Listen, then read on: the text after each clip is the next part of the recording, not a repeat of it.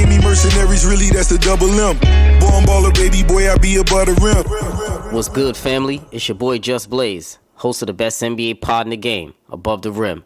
Keep it locked each week and join myself and a special guest as we tackle the latest rumblings in the league. If it's happening in the NBA, you know I got you covered. Make sure you subscribe on all platforms and leave that 5-star review. Let's get it. Oh, he's not going to be in awe. How you going to be awe of another man and your daddy is LeVar Ball? Are you serious? Oh, the one and only LeVar Ball is with us. Okay, LeVar. So wait a minute, LeVar. You think I was soft because when I was a rookie, I got to go against Kareem, and I was honored to be on the court with him. You think that was soft on my part? Between me and you, yeah. You softer than a wet Q-tip. Yeah. All the time. Come on, LeVar. It's Kareem. Oh, my God. Talk about it. You are now tuned in to Above the Rim. Family, welcome back to another edition of Above the Rim. Brought to you, as always, it's your host, Justin, a.k.a. Just Blaze. Family, you know the drill. To get in contact with me, you can always hit me up. Follow me on Twitter, @JustBlaze_513. On IG, it's @JustBlaze513. On Facebook, search Above the Rim Podcast. Email the show as well. Above the Rim NBA Podcast @gmail.com. Tap in and leave the family a voicemail. The line is always open, 908-718-1592. Show some love. Subscribe on all platforms. Stock up on your merch. Joining me this week, family, another one of my guys that I've connected with in this basketball podcast universe. I lost count of how many versatile pods he's been on and hosting, but he's got the I Love Baseball pod. Any Given Sunday pod he does with my guy Josh, who was on there last episode. One of the most vocal brothers on Twitter. Follow him @Emmanuel Brown to talk your shit. My boy Manny B. What's good, my brother? How you living? Justin, what's good, man? I appreciate you. It's an honor as always. Of course. I said one of the most vocal brothers on Twitter with the most positivity. I'm sending it to you, brother, because I know you say some crazy shit on Twitter, but we love to see it, man. It's always wild.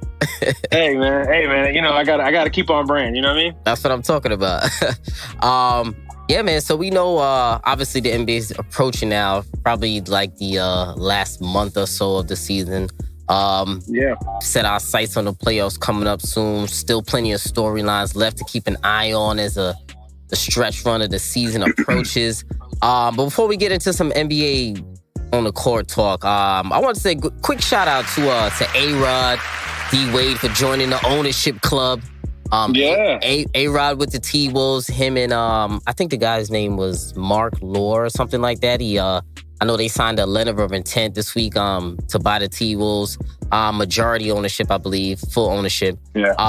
Why I think this is probably a slightly maybe big deal is maybe because of the possible relocation to another city. I've been seeing Seattle, we all know, is often rumored to be one of the cities to receive a new new NBA team. And Las Vegas as well is another city in the possible runner. So what were your thoughts when you thought of when you heard A-Rod getting into ownership with the T-Wolves? It caught me by surprise, low key. It didn't catch me by surprise. I mean, if you've been following on the baseball side of things, A-Rod's been trying to buy a professional sports team for a while now. I mean, he came within a couple billions of buying the Mets. He fell short on that. Yeah. Him and J-Lo, thank God, by the way, my personal opinion. But as a Met fan, I say that. I know. No, man, but it was right. No, but it's cool, man. I mean, it's good to see some new blood in the ownership ranks, some people of color, some black and brown faces. So that's a good thing. Obviously, I don't know how well A-Rod's going to be as an owner. That's still to be decided. Mm-hmm. But yeah, it's a good thing, man. I mean, I haven't heard about the relocation. That's actually news to me. Yeah. Which is actually interesting. Because you would think Minneapolis is a pretty big city. It's one of those big markets or whatever. Mm-hmm. And the Timberwolves have been, well supported over time. It's just been they just have a trash organization as far as how it's ran. But the city as a whole has supported that team. So That's kind of interesting, but yeah, no, it's good to see. It's good to see some black and brown faces in ownership ranks in any sport. Yeah, I know, and I was actually more impressed with. I know you didn't touch on this one yet, but the D Wade one, in Utah, I think that's major. I think that's major. And from what I read, he looks to have an active role in the franchise. So we'll see, man. We'll see definitely. But it's good. But it's a good start. Black and brown faces in ownership. That's the goal. Yeah, definitely. And to that relocation thing, it's not like set in the works or anything like that. There's been just some rumors swirling around. I believe, just rumors. Yeah. What's their owner? Glenn Taylor, I believe their owner is. Yeah. I think he could do a better job than him. Maybe. I mean, he hasn't really done an impressive job. I mean, anybody can do it. Anybody can do a better job. You and I can do a better job than Glenn Taylor. Exactly. So, and I'm honestly, I'm not mad at that possible relocation, man. I know, they are supported in Minneapolis, Minnesota, but in regards to fan support, I feel like they could get that in any city. But I think more importantly, if they were to look at maybe relocating somewhere else, it could help out also with free agency, with stars playing in different locations. And I think, sometimes when you do have a celebrity, or A-Rod is a sports figure, so he's a little bit different. But I feel like it always helps a little bit. Maybe they can understand the players a lot more. Maybe from an ownership standpoint, and I think it's good. I don't see any real negatives to it. If he's a more active owner, it would be solid. And D Wade on that part, I felt like it was pretty interesting that it was Utah. He's getting involved. Yeah, right? I would think it's the Heat. I mean, they said that he was, talking to them, but they said, I think it was Mickey Arison. He was like, that when they were sitting down and talking to D Wade about ownership, that he wasn't ready for that. I think it was about a year or two ago. And he said that the Utah move took him by surprise. So that'll be interesting. So do you think A-Rod in Minnesota and D Wade in Utah will help out on the free agency side, maybe for these franchises? Really. I mean, it doesn't hurt. It doesn't hurt in a sense. I mean, no. Free agency is weird, man. I have these debates a lot of times with a lot of brothers and sisters that follow the sports world and whatnot. Free agency is wild sometimes, man, because you never understand what each athlete's motivation. Some people are motivated by where you live, where the franchise is at. Some people are motivated by winning. Some people are motivated by money. You know what I mean? It just depends on the person, right? I think Utah is a stable organization. Like, I wouldn't, look, I know Utah's had its issues with its fans and whatnot, but from everything you hear, I've never been to the state, but it's a beautiful place. It's a beautiful place to live. I've been there once. It's interesting. It's an interesting place. I went there for Sundance, and it was. Oh, word? Yeah, I went there for Sundance Film Festival. I was there for a good week, man. Y'all look at me. Utah is a very interesting place. I'll leave it at that. But carry on, Manny. Carry on. No, man. No, but I mean, for everything that I've heard, I used to date a shorty before I got married. That was from Utah. So she used to tell me all the time about Utah. Utah is dope. It's kind of underrated in a lot of ways. Obviously, it depends on where you at, where every state. You know what I mean? But yeah. So, but I mean, I think D Wade helps. Utah more so than I would say A-Rod helps Minnesota, just because, as you could tell from Anthony Edwards, he had no idea who A-Rod was. And people give him a break. How old is Anthony Edwards? This kid's a kid. He's like 19, 20. Yeah, 19 or 20. But still, though, he got to know who A-Rod is, though. Come on, Manny. You would think, but bro, that generation, hey. More interesting. This young generation, bro, I don't put nothing past them. Yeah. But no, I think it helps, man. I mean, I think when you sit down at free agency and you discuss, when you have Dwayne Wade across the table from you, I think that helps. I think even having A-Rod there, a known figure, helps somewhat. I don't think it hurt. I don't think it hurts. I think, who would you rather talk to, Glenn Taylor or Mark Lowry, whatever his name is, and A-Rod? Yeah. I think I would rather talk to A-Rod and his boy. You know what I mean? So Indeed. I think it doesn't hurt. You know what I mean? But at the end of the day, ultimately, it's about money and it's about team success. If Utah continues their trend of being a West Coast power, a Western Conference power, Donovan takes that next step and he commits there long term. I think that's more of an added ingredient for players to come to Utah than anything Dwayne Wade will say. And the same thing for Minnesota.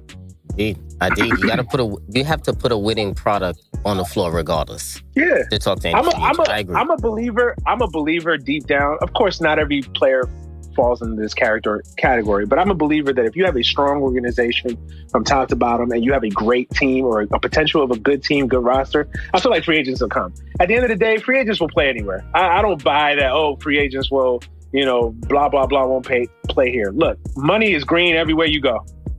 Definitely. You can say that again. Facts. Let's get into copping and dropping. Two hot topic NBA questions. If you agree, you copping. Disagree, you're dropping. And man, I was having this discussion with a couple of my boys the other day in this group chat I was having, and it was causing some heavy debate, man. I remember doing this on Twitter a while ago. I did a poll on this, and the results were very, very close. It was so close, it was a 52-48 split for this. And I was like, oh shit. I was like, okay. So I said, you know what? I gotta bring this to one of my copping or droppings, and I feel like you have some heat for one of these brothers on Twitter. If I'm correct, or I'm not, I think I am, but if I'm not, let me know. So copping or dropping this take, Manny. Donovan Mitchell is better than Paul George right now. Copping or dropping. Ooh, man. If you need some context, PG is averaging 23, 6 and 5. He's 30 years old. Donovan Mitchell, 26, 4 and 5. Copping or dropping. Donovan Mitchell is better than Paul George right now. I'm copping. Talk to me. I'm copping.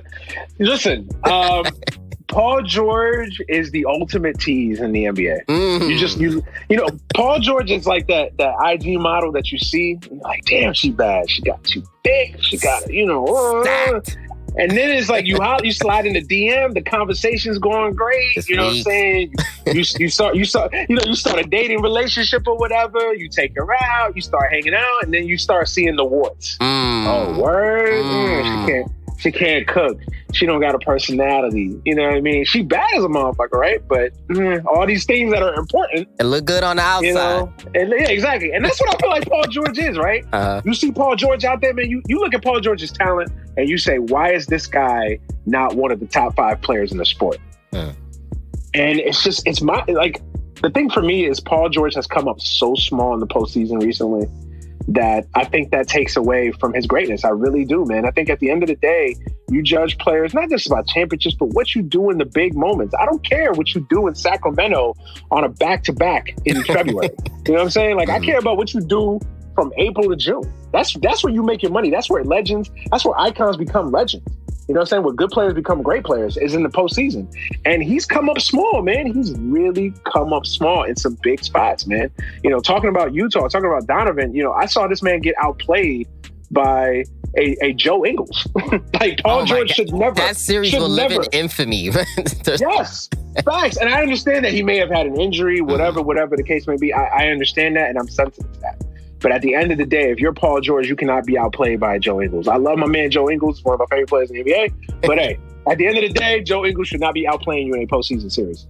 Look, and this is, and I sound like I'm knocking Paul George. Look, I love Paul George's game. I love his talent. He's a two-way player. He's a great player. But I feel like Paul George teases people into thinking that he's a great player when he's a very good player. He teases people into thinking that he's a number one option when Paul George is really somebody's Scottie Pippen. I hear you. And I take Donovan right now. I think Donovan right now, at his age, what he's done in the postseason, I mean, he's 24, let's not forget, he's on fire. He's on fire. He's had 50-point games in the postseason. I've never seen Paul George do that. You know what I'm saying? Like, Donovan is that dude, man. He's literally putting Utah from a very good Western Conference team to a team that's in a top seeded team. I know that this season's kind of iffy as far as schedule and all that. We can get to that, but at the end of the day, Utah is playing at a high level, and in part it's because of Donovan Mitchell. So I would take Donovan Mitchell plus the age. I mean, 30 to 24. I mean, if you're starting a team right now, you would take Donovan Mitchell. So I hear you loud and clear, dog. Okay. Loud. Okay. Very loud and very clear. Okay. I hear you. I'm going to have to drop this one, man. You know what? Yeah, but very close. Like, I really had to sit down and think about it. So I agree with you literally on every point that you make. Mentality, I think, goes to Donovan Mitchell. Athletic ability, I think, goes to Donovan Mitchell. Age, I think, goes to Donovan Mitchell. Talent, I think, is on par, right? On par. I think Paul George is probably more talented than Donovan Mitchell. Like, just raw talent, I think Paul George is a little bit more talented. Yes, I agree. I would say that I was going more so in the potential route, meaning that if sometimes, sometimes the heart and the determination can overcome that talent that someone else has. So Paul George, I've always been a fan of Paul George. So I argue a lot for Paul George to people, but sometimes I just can't argue. I argue him, especially with his playoff failures. So I know you're holding his last playoff failures into high regard right now when it comes to the evaluation of Paul George, and rightfully so, because it's been terrible the last few. Well, I mean, was he terrible the entire playoffs in the bubble? I mean, he was actually. No, I mean, see, that's the thing. It's deceiving, right? Because if you look at the numbers, it's like, it looks okay. But you watch it. That's why I'm saying you got to watch the game. Because if you just look at the numbers. Impact buckets, he was not there. When when the Clippers needed him most, when they were down 3-1, he was not there. But also Kawhi neither in one of those games, and especially in the last game. But still, that's why you pay Paul George the big bucks. He's supposed to be there when you need him most, and I agree with that. I think he lets a lot of the outside world get into his head, which is why we went into mentality with Donovan Mitchell. But on both sides of the ball, on the offensive and defensive side of the ball, pure talent-wise, I'm still going with Paul George right now, man. I understand his playoff woes, but I'm still going to give him one more shot, Manny. I'm going to give him one more shot this year to really go back into normal. I don't know if he could go back into Indiana Pacers playoff Paul George. Right. But he can be a better version than he has been in the past 2 years, Oklahoma City Paul George, and last year's debacle, I would say. I think he's just putting that one aside. Again, and I'm with you. I think you're spot on, man. Like, honestly, this is one of those where you could go either way. Ask me any day of the week, and I might have a different answer. Paul George is supremely talented. It's never been an issue about his talent. It's his mentality. It's his makeup. You know what I mean? That's why I get so upset with NBA Twitter, right? Because we fall in love with highlights and numbers, right? And we don't look at the intangibles. We don't look at the things that help a play. You know, that you have to evaluate a player. Agree. Winning, crunch time, the little things to win. Comments that you make in the media. Paul George, after losing a 3-1 series to Denver, comments that he made. That's what exactly. It's just like those things. And some people may think, oh, that's just a small thing. Who cares? No, it's a big thing. It is. You're paying this man $30 million. That goes into that mentality. You know what I mean? Yeah, exactly. I don't like the lack of accountability from Paul George. That is one problem that I have from him. His lack of accountability, blaming Doc Rivers last year, like it was just Doc Rivers. He wasn't using me correctly. I don't want to hear any of that. But that's why. Well, maybe that's me. Maybe that's me. Just keep giving him chances. Maybe I like the heartache. It must be. But you fall in love with his talent. You fall in love with his talent. That's what it is, man. You're not the only one, bro. He got some skill, man. He's silky smooth, man. Yeah. Absolutely. He sure is, and it's definitely gonna be interesting going into this postseason, man. We'll see. Copping or dropping the next one. I want to get into a little bit of Steph Curry MVP talk. So we know he's taking this game to another level, especially in April. Averaging 39.9, damn near 40 points per game for the month of April. Ridiculous. He's been scorching hot. Threes everywhere. Typical Steph Curry. Off the dribble, off a screen, doesn't matter. Hand in his face, doesn't matter. He scored 30 or more points in 10 straight games. Talking. Copping or dropping? I know you're a big Steph guy. Steph should still be in the MVP conversation while currently not in the playoffs. Not in the top 1 through 8 seed. Copping or dropping? Steph MVP votes, should he still be in the MVP conversation right now? Copping or dropping? Copping. I mean, what this man is doing is not only phenomenal, but it's historic. You know what I mean? Like, this is not a big man doing this. This is not Kobe at 6'6" doing this. This is what, a 6'2", 6'3" you know what I'm saying? Point guard that's not athletic or not super or overly athletic, that is just dominating, man. And I love that he is doing this and he's putting up these numbers, because I go back to NBA Twitter, right? NBA Twitter can be a rabbit hole sometimes. You know this. Oh, yes. Are you telling me? Right. But all I heard going into this season is, Steph Curry's got a lot of pressure on him. You know what I'm saying? He's got to prove it. You know, all I heard is that Steph Curry's got pressure on him. But wait, really He's quick. Just a shooter. Let me stop you there. You don't think those were valid? No, I don't think those are valid. I think, to me, Steph Curry's credentials have already been validated before this season. Okay. Right? Like, to me, the man has won 2 MVPs. Like, I just never understood, like, what more do you want from this man? This man literally has won 2 MVPs, Fair. Won a championship before KD, and arguably was a suspension and LeBron and Kyrie going absolutely berserk away from winning a championship, back-to-back championships, and 73 wins in a regular season. So, like, I don't understand this hate and this idea that Steph Curry is just like a player that's just lucky, that he's just lucky to be there. Like, he's just along for the ride. Like, I think lucky is definitely a stretch. Right, like, but I used to hear everything, right? Like, oh, he's just a shooter. He's just a shooter. Yeah. Like cats would act like this man is just Jason Capono or somebody. Like, yo, this is like, yo, put some respect in Jason Capono. I haven't heard that in a long time. Yeah, shout out to Jason Capono, man, wherever he may be on earth. Good one there, Manny. You know what I'm saying? Like, nah, but people were really disrespecting this man. Like, yo, this man changed the way basketball is played. Legitimately. Like, one of the 5 or 6 players that you could arguably say changed the way basketball is played conceptually, practically, on the court, mentally, just everything, right? Mm-hmm. And people are just disrespecting him. And Steph had to remind him this year, like, yo, I'm that dude. And you could arguably say he's better than he's ever been. He's better this year than his MVP seasons. So bring this back to the MVP conversation right now. Should he be in the MVP conversation, even though he's not in the top 1 through 8? Even though he's not in the 1 through 8. Even though? You could say, I don't think he will win it. Let me be clear. I don't think he will win it. And if his team finishes 10th, I don't think he should win it. But I think if they make the 8th seed... You can't win MVP as a 10th seed, Manny. Right. That's what I'm saying. Like, if he's the 10th seed, he's not going to... But the question is, should he be considered for the MVP? I said, absolutely, he should be considered. Now, whether he's going to win it depends on if he makes the playoffs, right? If he makes the playoffs, I think Steph Curry is your MVP right now. Because I think it's one of those years. Because I think it's one of those years that, it's a weird year. There's no obvious pick. Like in years past, there was a KD. Indeed. There was a LeBron. True. There's no obvious pick. You could go in a myriad of directions, right? You can go Embiid, you can go Jokic, you can go Dame. I think you absolutely should consider Steph Curry. Like, look at what he's doing with the team around him. Like, you have to understand, like, this man doesn't have his wingman in Clay. You know, Draymond's been in and out, via injuries, suspensions, whatever. But he has been playing. Mm-hmm. But it's a young roster. He's transitioning a young roster in there. Number 2 pick in the draft, or number 3 pick in the draft in Wiseman. Mm-hmm. Number 2 pick. I'm sorry. Like a young big man that's still trying to find his footing. Like a team that's in transition. And the fact that team is still within an eyelash of making the playoffs, that's a credit to Steph Curry, man. That's a credit to that man, bro. Like, honestly. So Manny. So let me push back on you a little bit on this. Yeah, I'm ready for it. Let's go. I'm sorry. The scoring is cute. The threes are cute. The threes are the threes are sexy. The dribbling looks great.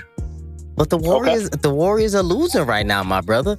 They're losing. They're currently not in they are in the playoff race because there is a playing game. They're currently I think they're 9th or 10th. But they can easily get into 9th. They're at 9th? Yeah, I think so. I think 2 games back behind the Grizzlies right now, but they're still playing the 76ers right now, so that could be flip-flopped in any way. They could easily make up ground. Mm-hmm. He's been phenomenal scoring the rock, no doubt about it. But to me, when we talking MVP, top, when I say MVP consideration, I'm talking top 3. After 3, to me, it doesn't really matter too much about the MVP conversation. But the mold has been broken because Russell Westbrook won an MVP and he was a 6th. But they were still a 6th seed. They were still in playoff contention throughout the year. They were fluctuating throughout the West, but they were still in at least a playoff race. We knew that OKC Thunder team was not winning a championship, but we knew they would at least give somebody a scare in the first round. But I'm not saying that this team is not, because I do think if they get into the AC, which I believe they should, I do believe they can actually give the Jazz a scare in the first round. But when we're talking MVP consideration, I feel like it has to come from a team that is at least top 3 or better in your conference. Now, I know Russ got that one-off year, but that was because that was more of a narrative award, I feel like, that year. I agree. The narrative around it was that he had no help. But to me, I feel like that was just a one-off year. And because of that, I don't think you can just keep, not you per se, but I don't think the media can just keep changing the goalposts because of his exceptional scoring right now. You know how you said you don't feel like he's playing with a lot of talent. Me personally, I'm on the other end of that. I don't feel like he's playing with crumbs. Now, I know he's playing with a championship caliber team, but a lot of people do give Draymond a lot of credit for being a Hall of Fame player. Andrew Wiggins was the top 3. Was he the number 1 pick or 2? Number 1 or 2? He was the number 1 pick. Number 1, yeah. He was the number 1 pick. So it's not like excuse me, Andrew Wiggins doesn't have any talent. Kelly Oubre does have some talent. He's been underachieving this year, hasn't played the greatest, but I agree. He is a better player than what he has shown, I believe, this season in Golden State, because he was a lot better last year. So I think he can be better. And I see a lot of Steph scoring, but I don't know if I see a lot of Steph making his teammates better right now. I mean, winning a scoring title doesn't bump you into MVP talks, in my opinion. You're right. I look, nothing that you said is I totally disagree with, and I agree with you. I think the media does sometimes change the goalpost to fit a certain narrative, i.e. the Russell Westbrook here. Mm-hmm. But my thing is, at the end of the day, that the trend has already been set. You know what I'm saying? Like, whether we like it or not, whether it was narrative or not, what kind of trend is that to set? A 10th place to get an MVP? But again, we're talking about should Steph be in consideration? Yes. Okay. Now, whether he should win it, I think it depends on. Like I said it, I'll be clear. If he does not get to the playoffs, I don't think Steph Curry should win the MVP. I think he should get MVP votes. I think he should be considered, but I don't think he should win it. Right. Now, if they get into the 8th seed, I think absolutely, because I think this is one of those weird years. Too? Like I think that is, because I think this is one of those years where you don't have a clear cut. Like, yo, give it to this person, right? Yeah. Like most people would say Embiid, but Embiid has missed some time. Mm-hmm. So I think, Jokic, are you going to hold that, right? Jokic too. Are you going to hold that against them? I think you probably should. Or I don't know how much of that will you hold against them, but I think you should. But I think Steph, and to his credit, Steph has also missed some time this year too. I think every great player at one point or another has missed some time this year, right? Yeah. Hey. Go ahead. So it's a valid argument. My thing is, to me, is you've already set the precedent with Russell Westbrook, right? Whether we like it or not, whether it was narrative or not, 6th seed, 8th seed, whatever. The precedent has been set.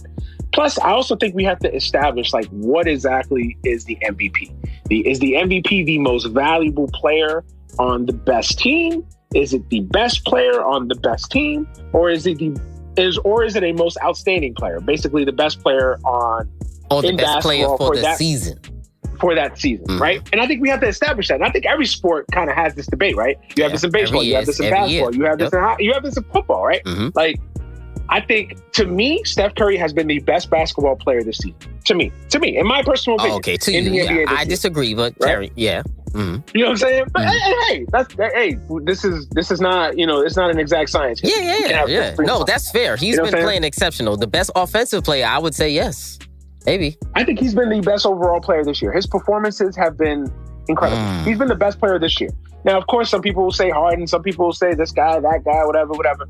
At the end of the day, it's an MVP discussion. You can't go wrong with anybody unless it's like Steph. Like, the only I would agree that him winning the MVP as a 10th seed would be a little bit of a joke. Like that does kind of rub me the wrong way as well. I think that would be the biggest narrative award era. That would be a little bit crazy.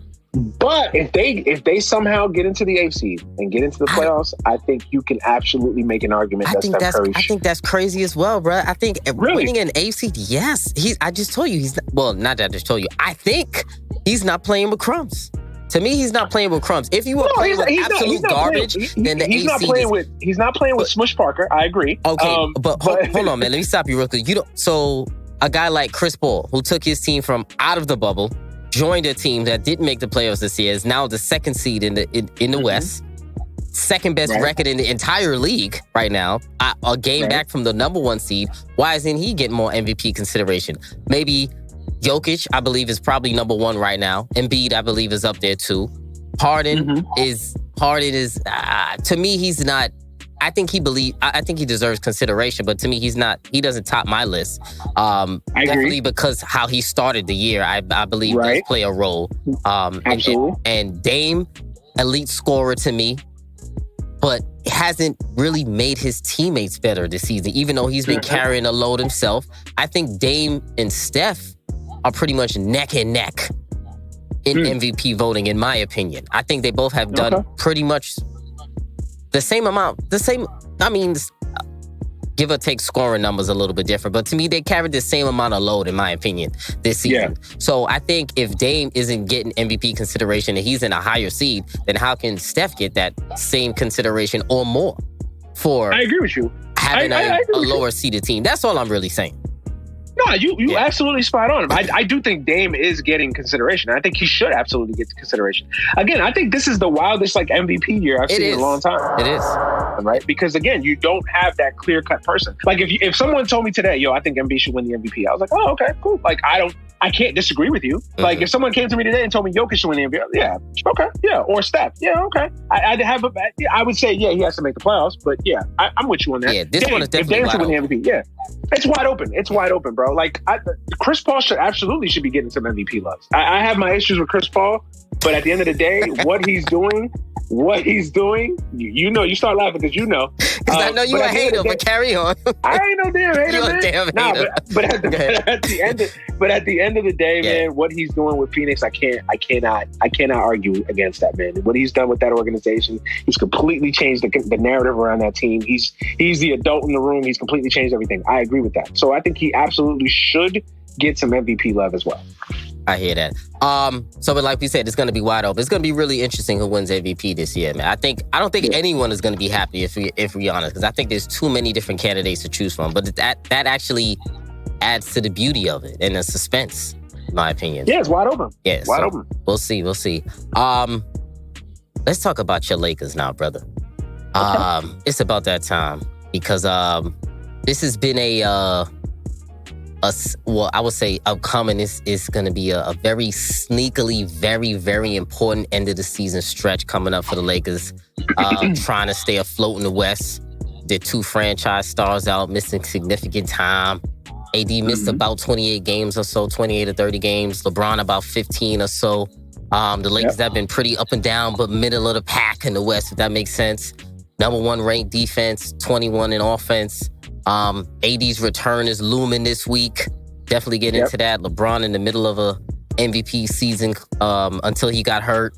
Picked up big boy Drummond. Supporting cast looking slightly sus, but very respectable with no stars around them.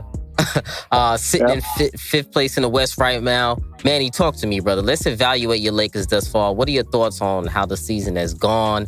And what do you see moving forward? Quick recap of your season thus far. How you feeling? Well, the season's interesting, man, because it's kind of been a tale of 2 seasons, right? Yeah. It was the season when LeBron and AD were playing, and it was the season when LeBron and AD were not playing. So I think you have to evaluate what you saw on both halves, right? First half, they looked like the best team in basketball, like without a doubt, right? AD and LeBron. LeBron was receiving early MVP hype. Remember that? Like LeBron, everybody was saying LeBron is looking the best. He was definitely up at the top 2, top 3. Right. If the season had ended, January 10th, LeBron probably wins the MVP. I would have gave it to him early on, for sure. Right. The Lakers had the best record in basketball. They were flying. They were rolling, right? And the new additions were fitting in pretty well, if not, surprisingly well. Yeah. Then, of course, the injury started. Marcus Gasol. Other than Marcus Gasol, but his is more age than anything else. Marcus Gasol he's just old, right? Mm-hmm. And then of course you start getting the injuries. AD gets hurt. You know what I'm saying? Then you have, maybe like 3 or 4 weeks later, LeBron gets hurt. So I think you have this new season now with the Lakers now, where you're basically relying on Dennis Schroeder and Kyle Kuzma and Montrezl Harrell and KCP and et cetera, et cetera, et cetera. So look, man, I think at the end of the day, man, it's a crazy season. It's been a crazy year if you're a Laker fan from the standpoint of, like I said, we've had literally 2 seasons. Yeah. I think it's hard for me to evaluate this season right now because again, we don't have our 2 horses right. Once our 2 horses get back, then I think we're playing with a full deck, and then we can see what this team is at 100% or at the very least 90%. You know what I mean? So.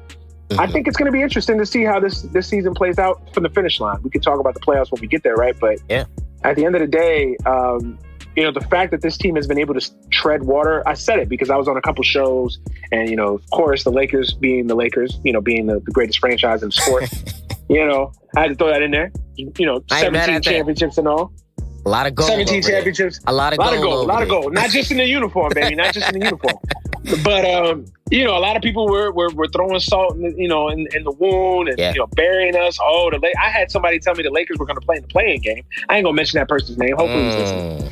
But a lot of people telling me, the Lakers might miss the playoffs and all this other stuff. I'm like, yo, all the Lakers got to do is play 500 ball for the next 6 to 8 weeks. Just play 500. Just tread water.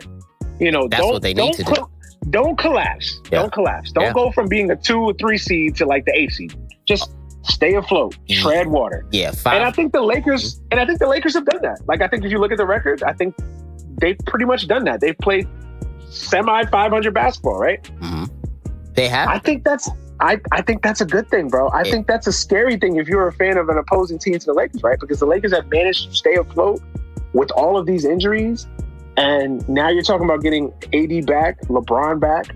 Yeah, so let's talk about AD being back since you brought him up. This is a perfect time because he's back this week. Most likely, they said, I think he's coming back Thursday or something like that for against Dallas, which is great news for Laker Nation. They said he should probably be on a minutes restriction initially. Smart. He played only 23 games this fall, 22-8 this season. Not typical AD numbers, but still all-star level numbers, but not the AD, I guess, that we normally have come to expect. He's been battling with some injury concerns. And in regards to that play-in tournament that you talked about, the Lakers, I feel like some of their most important games are coming up in the next two when they play. I think they're playing Dallas back-to-back, I believe, in the next couple of games. So that's going to be very important if they do run into a little bit of trouble until LeBron comes back, at least having that tiebreaker over Dallas or at least keeping them at bay, because you definitely don't want to be in a play-in game. That would be ridiculous if the Lakers are in a playoff game. A play-in game. But we obviously know you guys need AD to win a title. It's coming back now. Last year in the bubble, he was dominant. What if when he comes back now, is it enough? What about if he comes back and it's not the same AD, or if he's maybe 75% AD? Is that enough to still make a run? What do you expect from AD on his way back and going forward now during the final stretch of the season?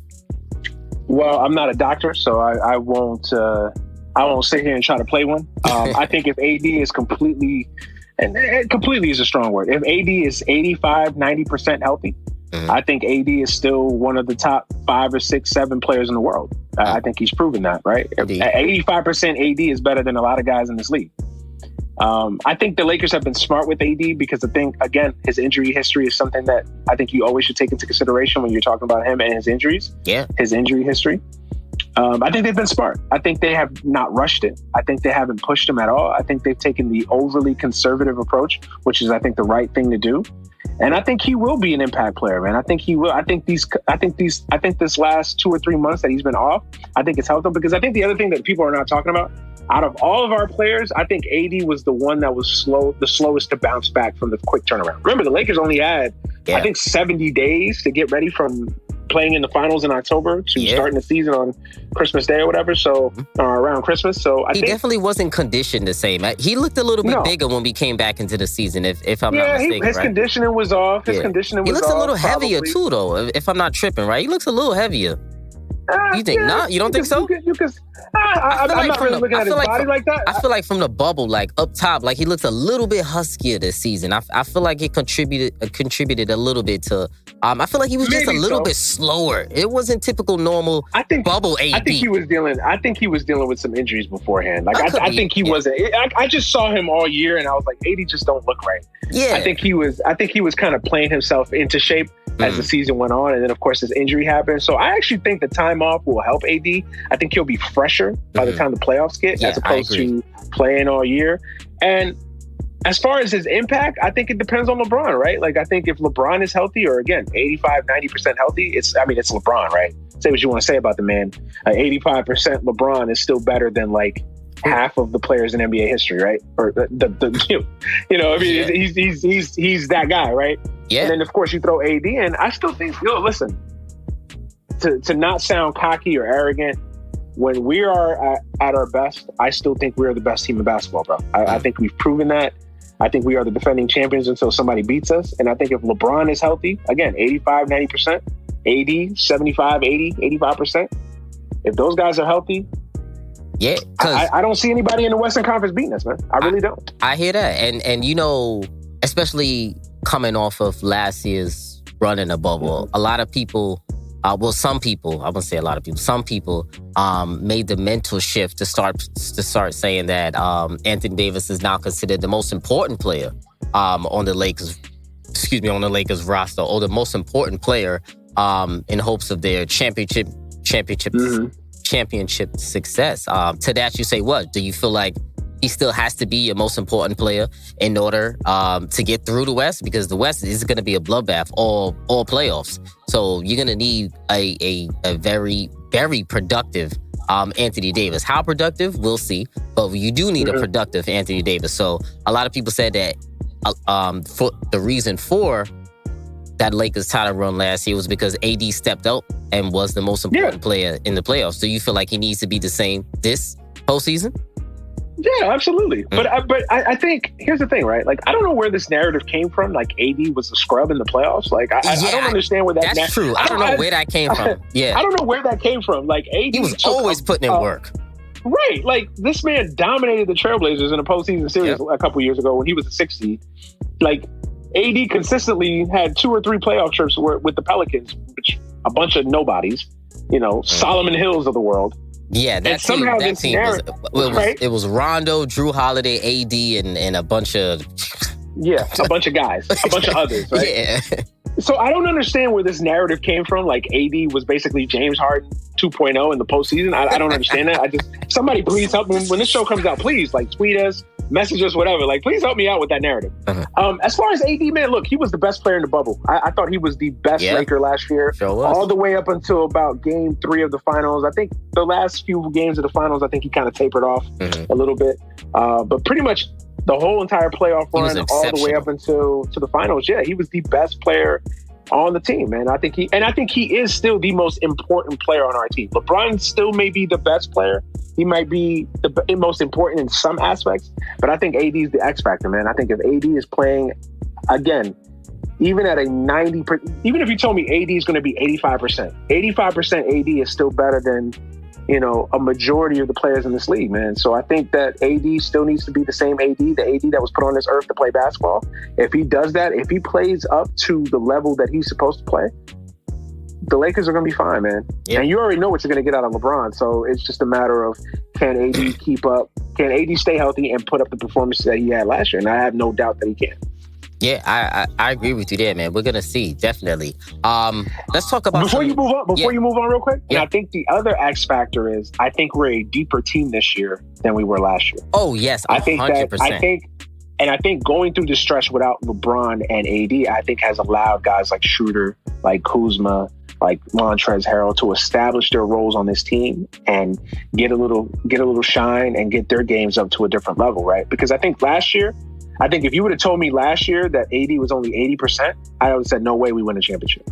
But I think this year, with the depth that we have, where I think AD, I don't think you need AD necessarily to score 35 points a game in the postseason. That's really the question, though. Yeah, that's really my question. Do you need him to be that AD? I don't think we need him. I don't think he needed to be. I don't think we need AD to be 35 and 12 this postseason. Do you need him 28 and 12? Yeah. If we can get 25 and 12, 25 and 11. What about the 22 and 8 that he's giving right now? He's been given this season. Is that enough? I think as a great player, those numbers, if you're a great player and you carry that into the postseason, like I think Shaq says the same thing.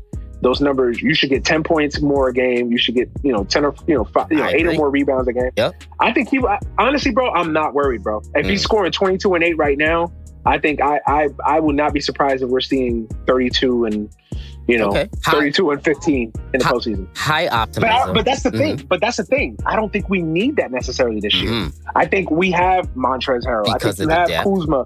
Kuzma settled into a role now. Remember last year, Kuzma was a rudderless shit last year. He didn't know what he was doing on his team last year. Yeah. And I think this year he understands his role better. He's like, I'm one of the glue guys. I'm one of the guys that do a little bit of everything. If you need me to rebound, I'll rebound. If you need me to play a little bit of defense, I'll play a little bit of defense. If you need me to go off on a game, I will. I think Kuzma has a much more defined role. I think Schroeder is an X factor on this team too. Another ball handler, another playmaker. He's taken over that Rondo role. He's a younger Rondo.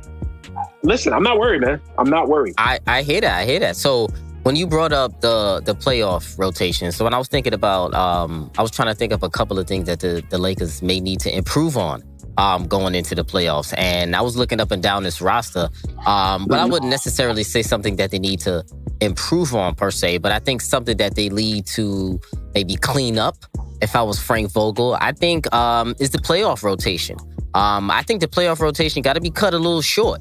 But the question to me is, how are they going to cut that playoff rotation short? There's a lot of guys on this roster, to me, that are ready to play, which ultimately is a great problem to have. I think there's about low-key like 12 dudes that could legit get playoff minutes on this roster.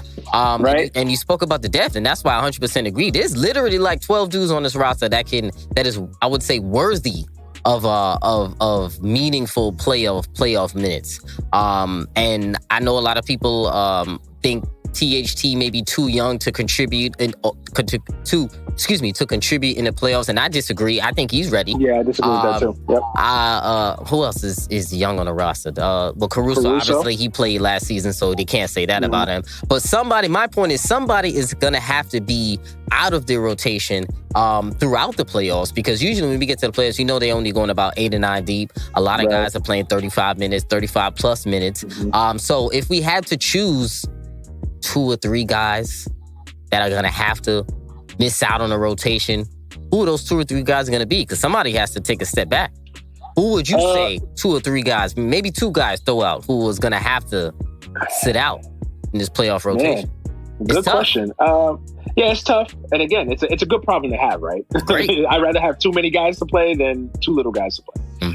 That being said, man, I think you see less and less of Marc Gasol. I was thinking going that too. Forward, especially when AD gets back. Which is tough too, man, because he was just in a playoff run, a deep playoff run. That's really crazy. Marc Gasol solidified, man. His career. He's been a shell of himself. Right, and at the end of the day, he's a guy that if I was Vogel, I was like, just stay ready because your number may be called at any time. And he's a veteran. I don't doubt that. Like I don't have a problem with just relying on Marc Gasol for a couple minutes in the playoffs. You might need him for the Joker though.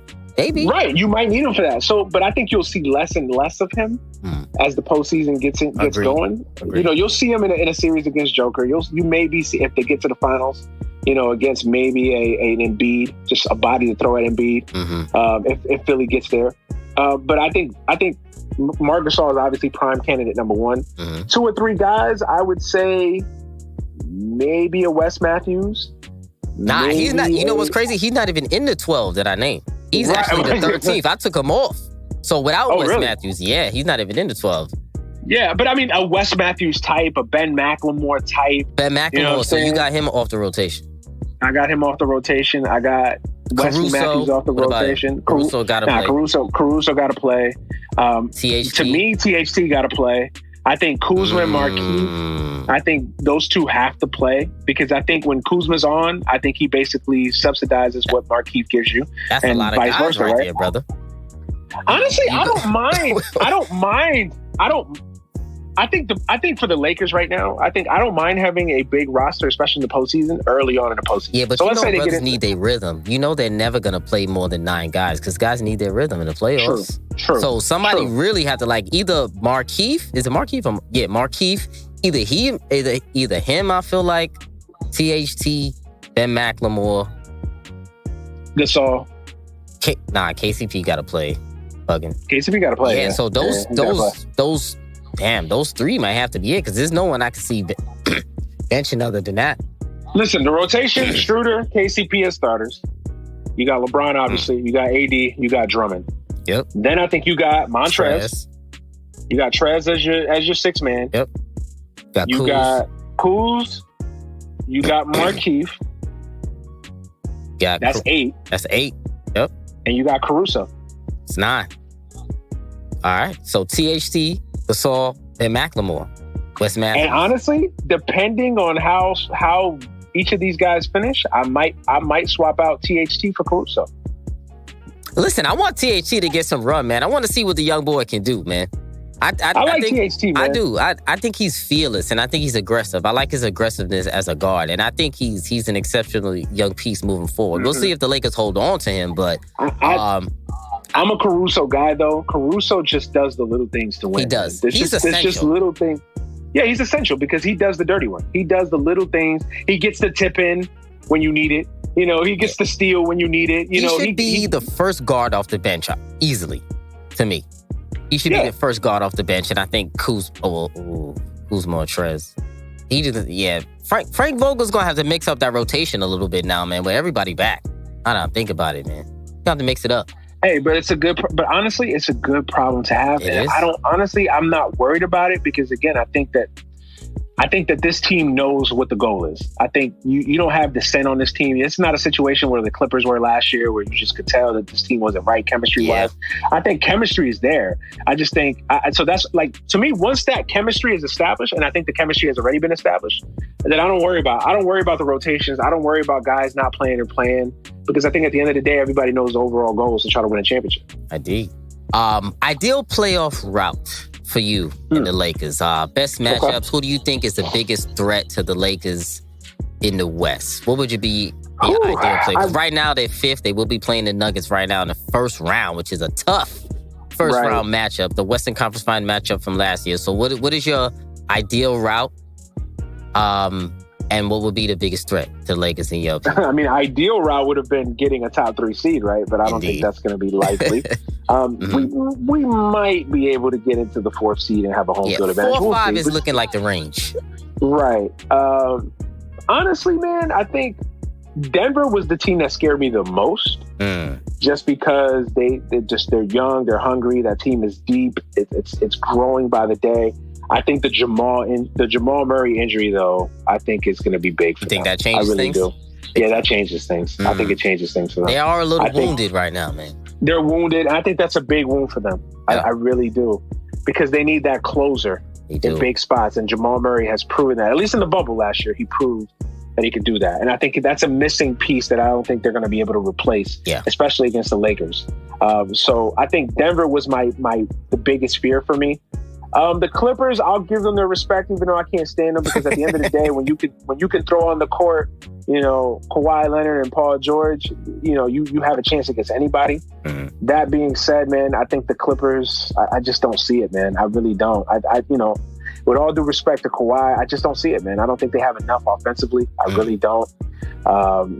Again, Denver was the team that I was most concerned. Denver was the team. So the road has gotten clearer, in your opinion. I think the Jamal Murray injury cleared things up a little bit. Yeah, I think it cleared things up already, because I think when Jamal was healthy and then getting Aaron Gordon, I think I was like, oh shit, like, this was something that I had to pay attention to. Mm-hmm. So right now, I mean, Portland doesn't scare me. Mm-hmm.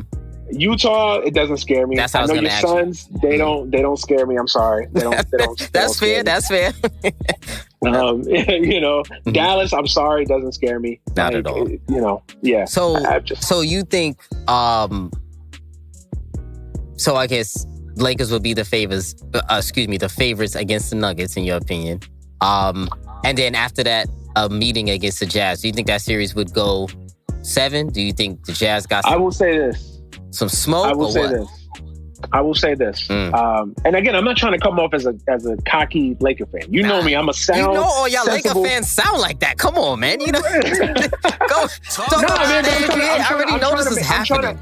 But I'm trying to make logical arguments. You know what I'm saying? Because from a matchup perspective, Denver's the only team that I think can match up with the Lakers and give the Lakers problems, right? Why? Just because of Joker, or you just felt like they had? I think because of I think the Joker. I think Aaron Gordon is an athletic body that you could put on LeBron. He won't stop LeBron. I think the streets are overrated him, man. I agree. Mm-hmm. I think people made Aaron Gordon out to be the second coming of Dominique Wilkins or some shit coming over there. Exactly. I was like, yo, hold on, this is Aaron Gordon now. 13 points per game, Aaron Gordon. Chill out, but carry on. Let's chill. But at the end of the day, I think in Denver, I think he does fit a nice role for them. I think he gives them an athletic body. Yeah. He's an upgrade over a Millsap per se than they would have had last year. Yes. And even a Mason Plumlee. So that's what I'm saying. From a matchup perspective, I think they are the biggest threat to the Lakers. I like that first round series though. I think that's our West, honestly, bro. And this is gonna sound arrogant. I think that is our Western Conference Finals, bro. I think if we get by Denver, I think the road is clear, bro. Because against Utah, bro, that's a 5-game series. I'm calling it right now. I like to hear that spicy talk. Listen, I'm not a big proponent of the Jazz either, so I would not be surprised at all. As much respect as I got from my guy Quinn Snyder, a fellow Dookie. You know what I'm saying? Donovan is certified. I love Donovan. Yes. Joe Ingles, nice glue guy. You know what I'm saying? They have a nice team. Your boy Joe. my boy Joe Ingles. But at the end of the day, man, they don't have that second guy. Yeah. Mike Conley's not that guy. You know what I'm saying? Jordan Clarkson, what do you feel? Jordan Clarkson's nice, but again, he's not that guy that. What I mean by that guy is that guy when Donovan's double team. Yo, I can give this guy a ride. Who can you count on?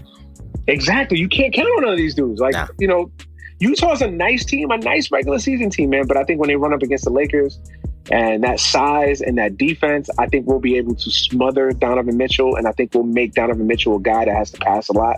And I think he's going to have to rely on a lot of guys to make plays and make shots, and that's when they're going to run into trouble. Yeah. And I think I think at best, out of respect for Donovan, that's a 5-game series. It could be a sweep, but I'll give Donovan that. I hear that. And then in the Western Conference Finals, you got the winner of Phoenix versus who? The Clippers or whatever? Yeah. If it's the Clippers, 6 games. If it's Phoenix, 5 games. I'm just saying, like, disrespectful man here today. We love it, man. I'm gonna make sure. I know this is on wax, so it's lovely. I love to hear. But like, I love to hear. I know you. I know you love the Suns. Man. I know you love the Suns, and you deserve your shine, bro, because you called the Heat last year before nobody else did. Sure did. You called the Suns. You called the Suns this year. Western Conference Finals gonna be Suns and Lakers. Watch. So far, it's looking good. So far. Mm-hmm. But again, you got to look at the matchups, man. I mean, who's guarding? I'm not gonna lie. I'm scared to settle the Lakers. I'm not gonna lie. That is not a good matchup for the Suns. To be honest with you, it's a terrible matchup. And listen, we've talked about the Lakers, and we haven't even mentioned Andre Drummond. Yes. Oh, right. I'm glad that you brought him up. I like Drummond. I love Drummond. I love the pickup of the big boy Drummond. But I do think, right, because I've been watching these Drummond games, right? Lowest of keys. Right. Offensive production through the roof. He's definitely going to get you a double-double easy. But I think defensively, I think he's actually going to have some trouble defensively on the perimeter in the playoffs. I think if you guys play against a guard-heavy team, i.e. maybe the Suns, maybe the Blazers, teams like that, I feel like, or maybe Dallas all I have is Luke off the dribble, and I don't think they're going to let him switch out. But if you play against teams that will force Andre Drummond to switch out, I think the Lakers might run into a little bit of trouble, and they can be beat off the perimeter.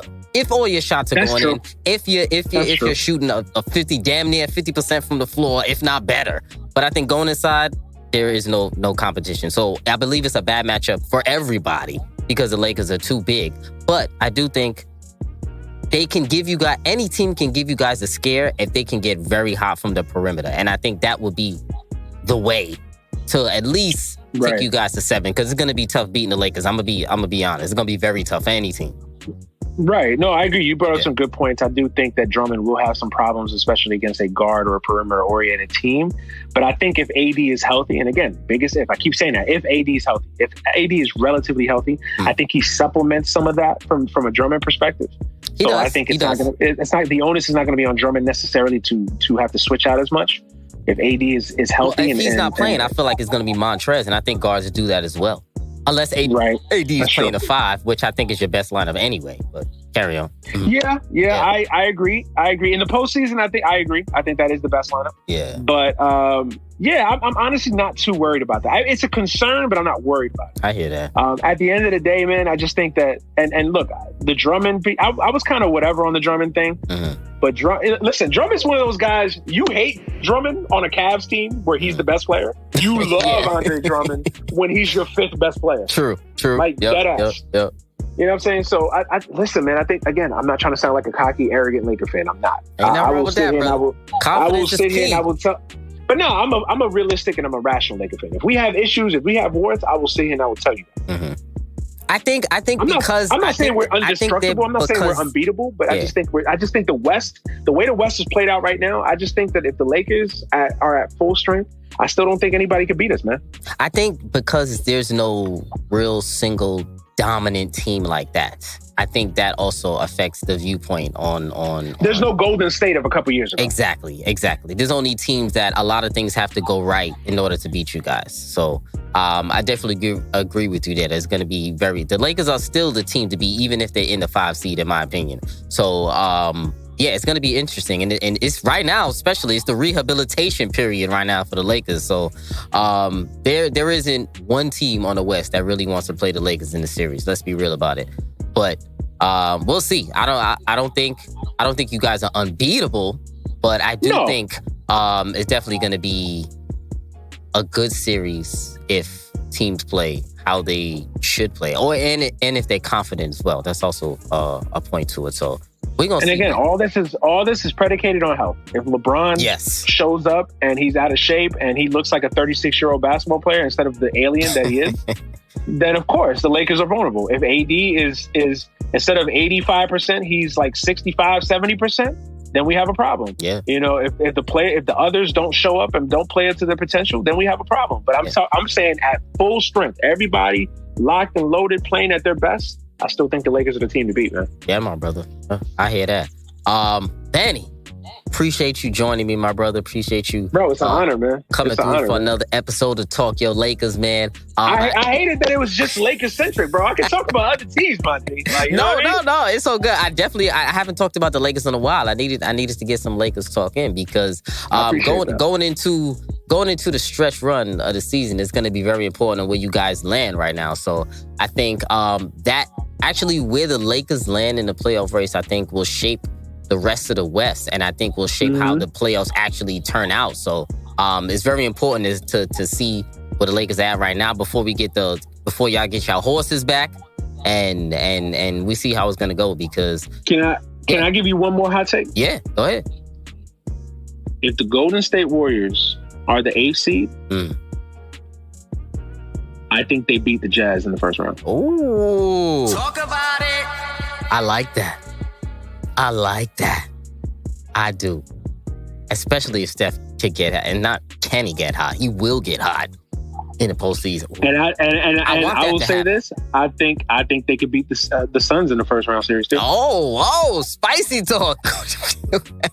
No, okay. I mean, listen, it ain't gonna be a sweep. It's not gonna be a 5-game. I think it's a 7-game war. You know what I'm saying? But I just think Steph Curry, Draymond, Steve Kerr, that pedigree. I think that would worry me if I was a Suns fan or a Jazz fan. I hear that, but that's why they should be in the playoffs, though. That's what I'm saying. If he's gonna get MVP consideration, they need to be in the playoffs, man. They're good enough. I agree. They're good enough to make it.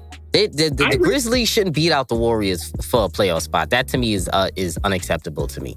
We can't have the Grizzlies in there and the Warriors not making it. They got to get in. I agree with you. Yeah. I agree with you. For sure. So I'm ready for the playoffs, man. We only got, like a month left? A month and some change, I think. Less than that, man. I think the playoffs start, 15th, the 16th? So, man, we basically got a month. Yeah, for sure. Yeah, we got a month. A little bit less, though. Yeah, because we are just about to hit the 20th. The 19th? So. Yeah, the 20th. Yeah, so about a month. Oh, yeah, this is spicy time. 3.5 weeks left? Yeah, we ready, bro. I definitely got to bring you back for the playoffs, man. It's going to be interesting because I like your Nuggets, Lakers pick and all of that. Bro, I was disappointed because we didn't get the BK connection like we did last time. Last time I was on the show, our homegirl Erica and we cooked up a classic, bro. So I was disappointed we didn't get back on that. So we got to do a BK connection part 2. Yes, let's do that again. We definitely doing that again for the playoff time. 100%, brother. Yeah, shout out to Erica. Shout out to Erica too. Shout out to E-Money right there. Shout out to Girls in Sports. Yeah. For sure. So, Manny, my brother, I appreciate you joining me once again, man. It's always a pleasure, man. Of course. Of course. So let's get on up out of here. Episode 149, family. And we out.